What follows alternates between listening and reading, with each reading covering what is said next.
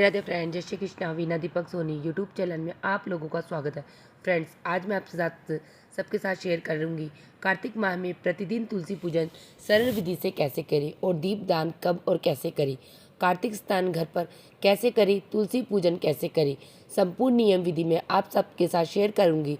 Friends, ये कार्तिक स्नान का नियम क्या है, घर पर स्नान करें तो किन बातों का ध्यान रखना चाहिए, कार्तिक स्नान का नियम क्या है, पूजन का क्या नियम है, तुलसी पूजन का नियम क्या है। कार्तिक महीने में तो देखिए सभी महीनों में सर्वश्रेष्ठ महीना होता है कार्तिक का महीना। इस महीने में तुलसी पूजन विशेष रूप से की जाती है और साथ ही विष्णु भगवान की भी पूजा की जाती है, लिक्राम जी भगवान जी की भी पूजा की जाती है। तो सबसे पहले तो आपका तुलसी जहाँ पर लगा हुआ है वहाँ पर जो है ना अच्छे से साफ सफाई कर लीजिएगा। तुलसी के गमले को अच्छे से लीप कर या फिर कलर करके अच्छे से सजा दीजिएगा।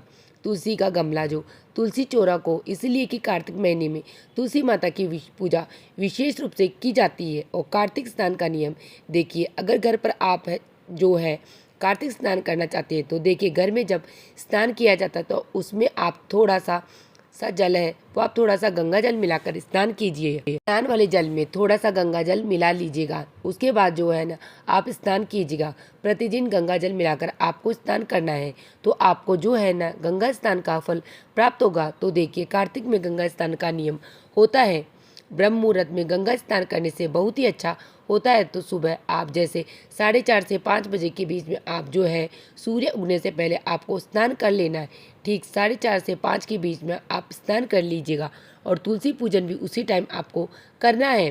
ब्रह्म मुहूर्त में तुलसी पूजन और जो है ना दीपदान गंगा स्नान का बहुत ज़्यादा महत्व है।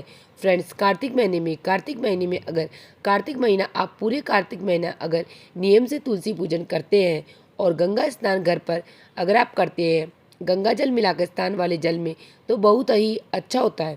फ्रेंड्स, ये अनंत गुना फल देने वाला होता है। इस जन्म तो हमें इसका फल प्राप्त होगा ही, अगले 7 जन्मों तक भी हमें इसका फल प्राप्त होता है। अनंत फल देने वाला होता है तो इसलिए कार्तिक महीने का बहुत ज़्यादा महत्व है। तो सबसे पहले तो देखिए आप जब तुलसी पूजन कीजिएगा तो पहले ही दिन आप पहले का जैसे तुलसी माता के ऊपर चुनरी चढ़ाया हो, कलावा चढ़ाया हो वो हटा दीजिएगा और जो पहले की चूड़ियाँ हो माता को चढ़ाया हुआ वो भी हटाकर नई चूड़ियाँ नया चुनरी लेना है आपको चढ़ाने के लिए। तो पुरानी चूड़ी विसर्जन करने के लिए रख दीजिएगा और पुरानी चूड़ी जो माता को चढ़ाई हुई है उसे भी आप पहन लीजिए। इसके लिए इसलिए कि जो माता का चढ़ाया हुआ प्रसाद है सुहाग के लिए बहुत ही अच्छा होता है पहनने से। तो पहन लीजिए माता का चढ़ाया हुआ चूड़ी, ठीक है। और देखिए कार्तिक स्नान का नियम क्या है। देखिए अगर आप कार्तिक स्नान नियम से करते हैं तो प्रतिदिन आप अगर ब्रह्म मुहूर्त में स्नान करते हैं तुलसी पूजन करते हैं तो आपको ब्रह्मचर्य का पालन करना होता है। कार्तिक महीने में लहसुन प्याज वगैरह नहीं खाना है, सात्विक भोजन गरम गरम करना है। नमक अगर आप घर में बनाइए, मसूर का दाल नहीं खाना है, बैंगन नहीं खाना है, तोरई नहीं खाना है, ये सब चीज़ें ये सारी सब्जी नहीं खाना है। जैसे कि मशरूम हुआ ये नहीं खाना है, जो अशुद्ध सब्जी होती है जैसे कीड़े मकोड़ा वाले जैसे साग वह साग नहीं खाइए, उसमें कीड़ा वगैरह लगा रहता है तो उसमें डर रहता है, तो साग नहीं ग्रहण कीजिएगा, ठीक है। तो इन बातों का ध्यान रखना रहता है। लड़ाई झगड़ा किसी से नहीं करना है। जितना हो सके आप विष्णु भगवान जी के मंत्रों का जाप कीजिए, उनका ध्यान कीजिए, तुलसी पूजन नियम से कीजिएगा। तो विष्णु भगवान जी के मंत्र का आप अगर जाप करते तो तुलसी माता जी बहुत ज़्यादा प्रसन्न होती है। तो सबसे पहले पूजा में देखिए जल स्वच्छ जल में गंगा जल मिलाकर लीजिएगा पूजा करने के लिए और दीप प्रज्वलित कर लीजिएगा। दीपक आप घी से भी जला सकते हैं, प्रज्वलित कर सकते हैं, या फिर आप तिल्ली के तेल से भी दीपक प्रज्वलित कर सकते हैं। जो जैसा आप शुरुआत में शुरू कीजिएगा वैसा ही है। आपको पूरे महीने उसी तेल से मतलब उसी तरीका का घी का दिया प्रज्वलित करना है। महीना आप घी से दीपक प्रज्वलित कीजिएगा या तिल्ली के तेल से शुरू कर सकते तो पूरा महीना तिल्ली के तेल से ही दीपक प्रज्वलित कीजिएगा। उसके बाद जल चढ़ा दीजिएगा। उसके बाद देखिए माता को पहले दिन आप चुनरी समर्पित जरूर कर लीजिएगा। अगर हो सके तो नहीं चढ़ा पाए तो नहीं ला पाए मार्केट से तो आप पहले दिन कलावा समर्पित कर दीजिए, ठीक है। उसके बाद आप बीच में किसी भी दिन आप एकादशी या किसी भी दिन आप तुलसी माता को आप चुनरी जरूर से समर्पित कीजिएगा। और जब माता का तुलसी वाला दिन हो माता को अच्छे से श्रृंगार किया जाता है माता का उस दिन फिर से नई चुनरी चढ़ाई जाती है। चूड़ियाँ चढ़ा लीजिए। माता को पहले दिन ही नई चूड़ियाँ दो कम से कम जरूर चढ़ाइएगा। शालिग्राम जी भगवान जी को भी वस्त्र रूप कलावा समृद्ध कर लीजिएगा। प्रतिदिन जैसे आप पहला दिन चूड़ा लियो, प्रतिदिन वैसे ही हमें पूजा करनी होती है। वस्त्र के स्वरूप में कलावा समर्पित कर देंगे तो जरूर कीजिएगा, इसलिए कि तुलसी माता को जो है ना प्रतिदिन जल चढ़ाया जाता है, तुलसी पूजन करते हैं और जो है ना प्रतिदिन वस्त्र समर्पित किया जाता है। प्रतिदिन आप चुनरी नहीं चढ़ा दीजिएगा तो प्रतिदिन जैसे आप वस्त्र के स्वरूप में कलावा समर्पित कीजिएगा और एक दिन आप चुनरी चढ़ा दीजिएगा, चूड़ियाँ चढ़ा दीजिएगा। एक दिन जिस दिन माता का विवाह किया जाएगा उस दिन फिर नई चुनरी चढ़ाई जाती है। फूल चढ़ा दीजिए, जिस भी कलर का लाल पीला फूल आपको मिल जाए वह चढ़ा दीजिएगा। सरल विधि से इस प्रकार से आप जो है ना प्रतिदिन पूजन कर सकते हैं। अक्षर चढ़ा दीजिएगा, तिल चढ़ा दीजिएगा। शालिग्राम जी भगवान को पीला चंदन तिलक कर दीजिए। बिल्कुल सरल विधि से आप के साथ शेयर कर रही। तो फ्रेंड्स, इस तरह से प्रतिदिन हमें सरल विधि से पूजन कर सकते हैं। और देखिए, गांठ वाली हल्दी है, यह पहले ही दिन आप जो है तुलसी माता को गांठ वाली हल्दी समर्पित कर दीजिएगा और चढ़ा हुआ ही रहने दीजिए, इसलिए कि जो हल्दी चढ़ाने से घर में लक्ष्मी आती है। तो पहला दिन आप जड़ के पास माता को तुलसी की जो जड़ है वहाँ पर समर्पित कर दिया, इसलिए कि न तुलसी में जो गांठ वाली हल्दी चढ़ाने से घर में हमेशा सुख समृद्धि बनी रहती है, लक्ष्मी माता की कृपा होती है। उसके बाद देखिए, तुलसी चूड़ा में आप कम से कम 5 बार सिंदूर टिक दीजिएगा।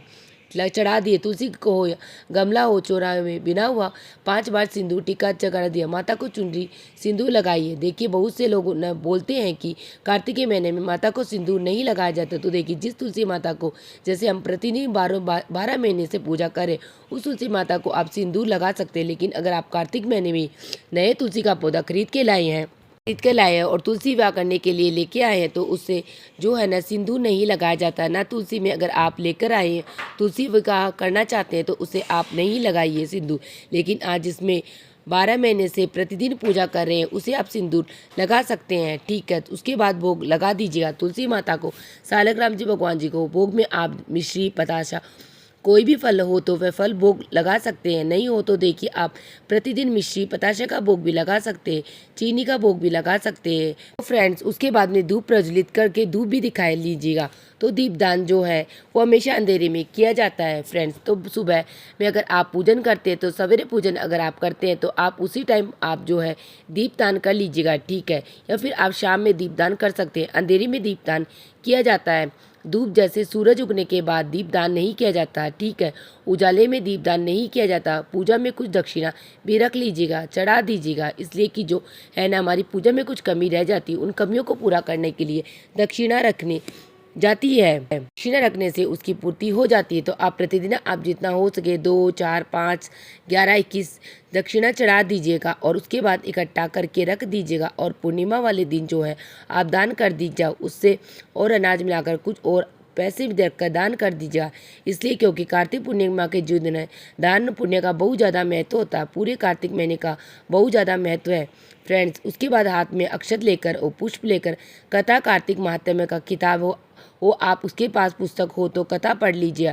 प्रतिदिन आपको एक अध्याय पढ़ लीजिएगा, ठीक है। इसीलिए कि कार्तिक महात्म्य पाठ करने से हमारे शरीर में जो भी कष्ट रहते हैं, दुख रहते हैं, विपत्ति रहती है, हमारे घरों में बहुत से दूर हो जाती है। कार्तिक महात्म्य का पाठ पढ़ने से और सुनने से, कार्तिक महात्म्य से पढ़ने से हमारे शरीर के रोग कष्ट सभी दूर हो जाते हैं। उसके बाद देखिए, आप जो है न आरती कर लीजिएगा। पाठ करने के बाद, कार्तिक महात्म्य का पाठ पढ़ने के बाद उसके बाद आप आरती कर लीजिएगा।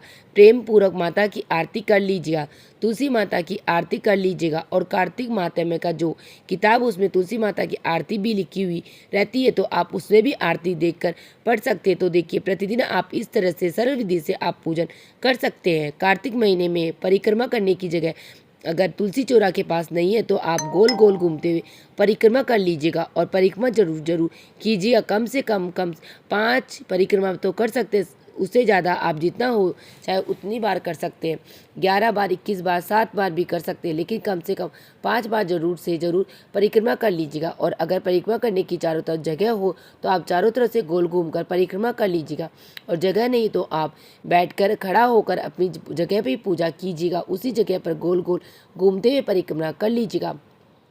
परिक्रमा करने के बाद आचमन कर लीजिएगा। आचमन करने के बाद पूजा हमारा पूर्ण होता है। तो इस तरह से सरल विधि से आप जो है कार्तिक महीने में प्रतिदिन आप पूजन कर सकते हैं। और दीपदान जैसे सुबह सवेरे आप अगर पूजन किया तब उस समय आप दीपदान कर लीजिएगा। अगर आप सूरज उगने के बाद अगर आपने पूजन करते तो 7-8 बजे तो उस टाइम पर दीपदान नहीं किया जाएगा। वैसे आरती कर लीजिएगा, लेकिन दीपदान जो है वह हमेशा अंधेरे में किया जाता है। ठीक है, तो आप शाम में दीपदान कीजिएगा। दीपदान का बहुत ज़्यादा महत्व है फ्रेंड्स। तो आप शाम में दीपदान कर सकते हैं। तुलसी माता की पूजा देखिए कार्तिक महीने में दोनों टाइम की जाती है, सुबह भी और शाम भी दीपक प्रज्वलित किया जाता है। लेकिन जो अंधेरे में दीपक प्रज्वलित करते हैं वह हमारा दीपदान होता है। तो ठीक, आप जो न अगर सुबह कर सकते तो ठीक है, नहीं कर सकते तो आज शाम में दीपदान कर लीजिएगा। और कार्तिक स्नान में इस ब्रह्मचर्य का पालन कीजिएगा और सात्विक भोजन ग्रहण कीजिएगा। प्याज लहसुन नहीं खाना होता है।